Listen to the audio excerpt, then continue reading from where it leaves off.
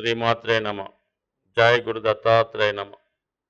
ఈ వీడియోలో మనం ఫిబ్రవరి 5వ తారీఖున మారుతున్నటువంటి కుజగ్రహం యొక్క ప్రభావం వివిధ రాశుల మీద ఏ విధంగా ఉండబోతుంది అన్న విషయాన్ని మనం ఈ వీడియోలో పరిశీలించే ప్రయత్నం చేద్దాం. ముందుగా మరి ఈ కుజగ్రహం ఎవరి జన్మ జాతకంలో అయినా సరే ఆ జాతకుడు జీవితంలో అభివృద్ధి చెందాలన్నా, ఒక గృహం ఏర్పరచుకోవాలన్నా, ఒక స్థిరాస్తి కొనుక్కోవాలన్నా, అలాగే వివాహం జరగాలన్నా, వివాహం తర్వాత జీవితం సౌఖ్యంగా ఉండాలన్నా, దాని తర్వాత సంతానం కలగాలన్నా, అలాగే జాతకుడు ఈ సమాజంలో ఒక వ్యక్తిగా, ఒక ధైర్యంగా, నిజాయితీగా బ్రతకాలన్నా కంపల్సరిగా కుజుని యొక్క అనుగ్రహం జాతకుడి మీద తప్పనిసరిగా ఉండవలసి ఉంటుంది. మరి కుజుడు మేషం, వృశ్చికం స్వక్షేత్రాలు అవడం, అలాగే ప్రస్తుతం ఈ కుజుడు ఈ మేషరాశి వారికి దశమ స్థానం అయినటువంటి మకర రాశిలోకి ప్రవేశించడం జరిగింది. మనకి ఫిబ్రవరి 5వ తారీఖు సుమారుగా రాత్రి 10 గంటల ప్రాంతంలో. అంటే ప్రతి 40 రోజులకి 50 రోజులకి ఈ కుజగ్రహం మారినప్పటికీ మకర రాశిలో ప్రవేశం అన్నది సాధారణంగా ఒక సంవత్సరంన్నర తర్వాత ఉచ్చ రాశిలోకి రావడం జరుగుతూ ఉంటుంది. కుజుడు మరీ అత్యంత బలవంతుడై ఉంటాడు.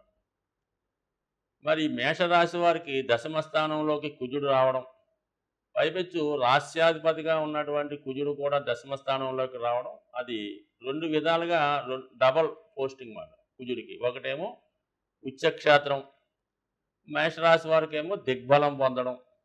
అంటే ఈ రెండుగా కమాండరు సూపరింటెండెంట్ లాగా డబల్ పోస్ట్లా ఉంటుందన్నమాట. అత్యధికమైనటువంటి స్థానాలు మరి హోమ్ మినిస్టరు, సో అలాగే పోలీసు ఉన్నత శాఖలో ఉన్నటువంటి కమాండరు, అలాగా అత్యున్నతమైనటువంటి రెండు కమాండింగ్ పదవులు ఈ రాశి వారికి ఈ స్థానంలో లభించడం జరిగింది.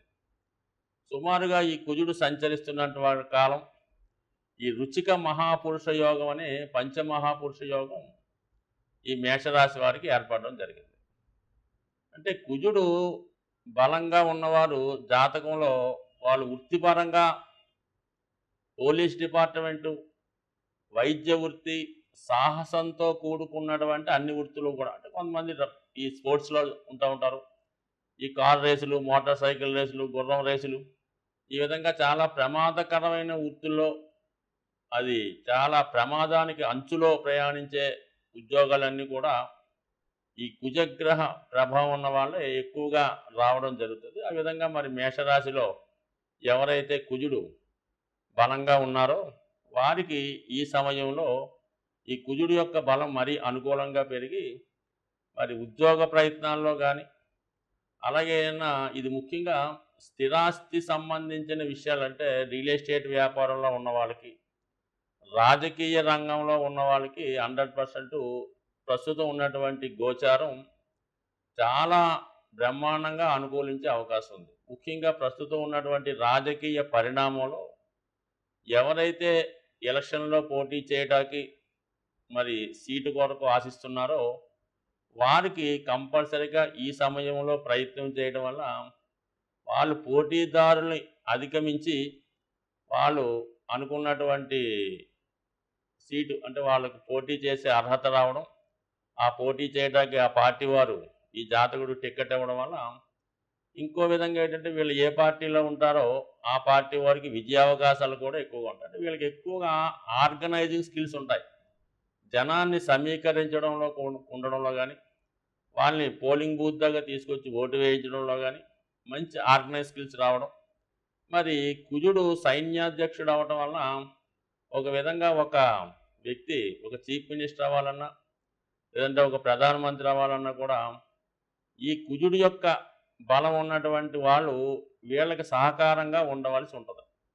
సో అందువలన జాతకంలో రవి బలం ఎంత బలంగా ఉన్నా, కుజుడు కూడా బలంగా ఉన్నప్పుడే వాడు తన యొక్క సామర్థ్యాన్ని చక్కగా ఉపయోగించుకొని మరి వీళ్ళు విజయం సాధించి వీళ్ళ నాయకుడిని కూడా విజయం సాధించే అవకాశాలు ఎక్కువగా ఉంటాయి కాబట్టి బట్ ఏదైనప్పుడు కూడా ప్రస్తుతం ఏర్పడినటువంటి రుచిక మహాపురుష యోగం మరి మిగతా వాళ్ళకన్నా ఎలా ఉంటుందంటే రాష్ట్రాధిపతి మేషరాశి వారికి కుజుడు రాష్ట్రాధిపతి అవ్వడం వల్ల అటువంటి కుజుడు దశమ స్థానంలో ఉచ్చులో రావడం వల్ల స్వభావసిద్ధంగా ఈ మేషరాశి వారికి కూడా ఒక విధమైనటువంటి ధైర్యం కాన్ఫిడెన్సు ఏదైనా సాధించగలం అన్నటువంటి సామర్థ్యం ఈ రాశి వారికి ఏర్పడడం జరుగుతుంటుంది. సో ఈ కారణం వల్ల ఈ సమయంలో మీరు ఎటువంటి గొప్ప సాహసం అయినా చేయొచ్చు, పెద్ద రియల్ ఎస్టేట్ సంబంధించిన వెంచర్ వేయచ్చు, అలాగే ఈ గృహ నిర్మాణం సంబంధించిన కార్యక్రమాలు కానీ స్థిరాస్తి సంబంధించిన విషయాలు కూడా పాల్గొవచ్చు.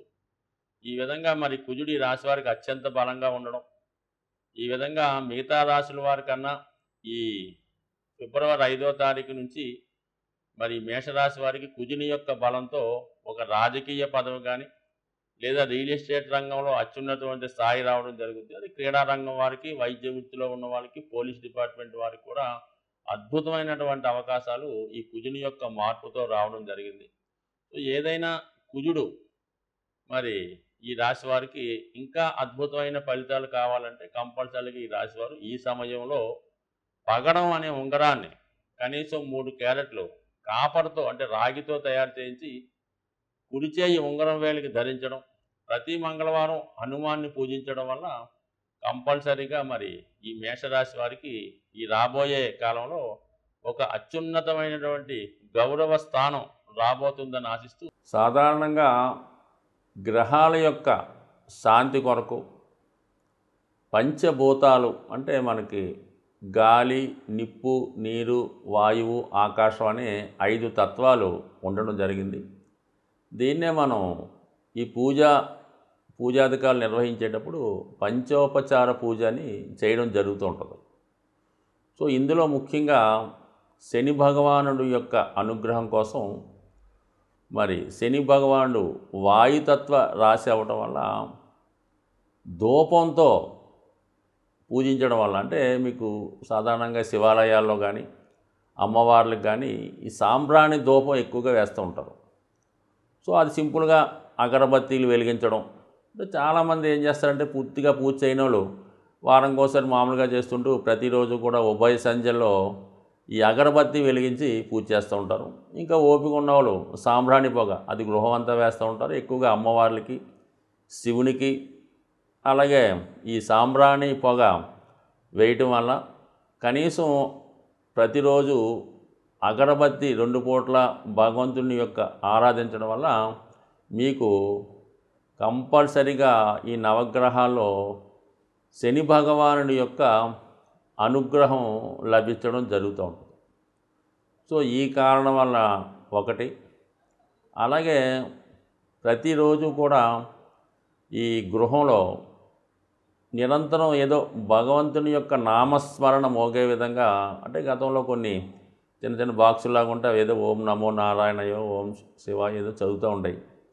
సో అటువంటి కూడా గృహంలో ఉండడం వల్ల ఏంటంటే పాజిటివ్ ఎనర్జీ ఆ గృహంలో ఉండడం జరుగుతూ ఉంటుంది. కాబట్టి సాధ్యమైనంత వరకు శని భగవానుడి యొక్క అనుగ్రహం కావాలంటే ఆ గృహం చాలా పరిశుభ్రంగా ఉండాలి.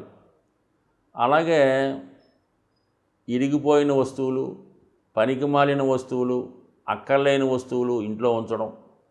అలాగే కొంతమందికి ఏంటంటే ఓ 10 జతల చెప్పులు ఉంటాయి, ఏదో కొత్తవి కొంటుంటారు, పాత ఏం చేసుకుంటారో. ఈ చెప్పుల జతలు ఎక్కువ అవడం వల్ల ఈ కొంతకాలంకి ఆ నెగిటివ్ ఎనర్జీ వాటి మీద వచ్చే అవకాశం ఉంటుంది. కాబట్టి సాధ్యమైనంత వరకు ఈ చెప్పులన్నీ నిల్వ ఉంచకుండా ఎప్పటికప్పుడు దాన్ని అవసరం తీరిన తర్వాత బయటపడేయండి. ఏదో 1-2 చెప్పులు పెట్టుకోవడం అన్నది ఒక కొత్తమైన పద్ధతి. అలాగే ఇంట్లో వాడే చీపురు గట్ట దాన్ని కూడా మరి ఒక చోట కొంతమంది నిలువుగా పెడుతుంటారు అనమాట. అంటే కుచ్చు పైకి వచ్చేలా పెడుతుంటారు అనమాట. జ్యేష్ఠాదేవి చేతిలో ఆయుధంలాగా. ఎట్టి పరిస్థితుల్లో కూడా కుచ్చు అరిగిపోతే ఇంకోటి కొనుక్కుంటాం ఏం పోయింది. అందువల్ల ఎప్పుడు కూడా అది నిలువుగా కరెక్ట్గా పెట్టాలి తప్ప కుచ్చు పైకి వచ్చే విధంగా మాత్రం ఎట్టి పరిస్థితుల్లో కూడా పెట్టలేదు. ఇవన్నీ కూడా అలక్ష్మికి కారణాలు అన్నమాట. సో అలాగే ఏంటంటే ఈ భోజనం చేయడానికి కూడా ఒక పర్టికులర్ టైం పాటించాలి. ఏ టైంలో పడితే ఆ టైంలో తినడం, ఎక్కడ పడితే అక్కడ తినడం, ఈ టీవీలు చూస్తూ ఈ మంచాల మీద కుర్చీల్లో సేరబడి ఈ విధంగా భోంచేయడం, ఏదో ప్లేట్లో భోజన పదార్థాలు ఉడించుకొని తినడం, ఇవన్నీ కూడా ఐశ్వర్యప్రదం కాదు.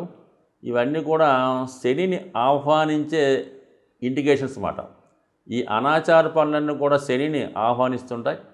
అలాగే శుభ్రమైనగా ఉండడం, శుభ్రంగా భోంచేయడం, అలాగే ఆహార పదార్థాలు కూడా జాగ్రత్తగా వినియోగించడం, ఇవన్నీ కూడా లక్ష్మీదేవి అనుగ్రహానికి పాత్రలు అవుతూ ఉంటాయి. కాబట్టి ఏదైనా శని భగవానుడి యొక్క అనుగ్రహం కావాలనుకున్న వాళ్ళు ప్రతి పని కూడా పద్ధతి ప్రకారం నియమానుసారం చేసుకోవడం వల్ల వాళ్ళు కంపల్సరీగా శని భగవానుడు టాప్ రేంజ్లోకి తీసుకెళ్లే అవకాశం ఉంటుంది. స్వస్తి.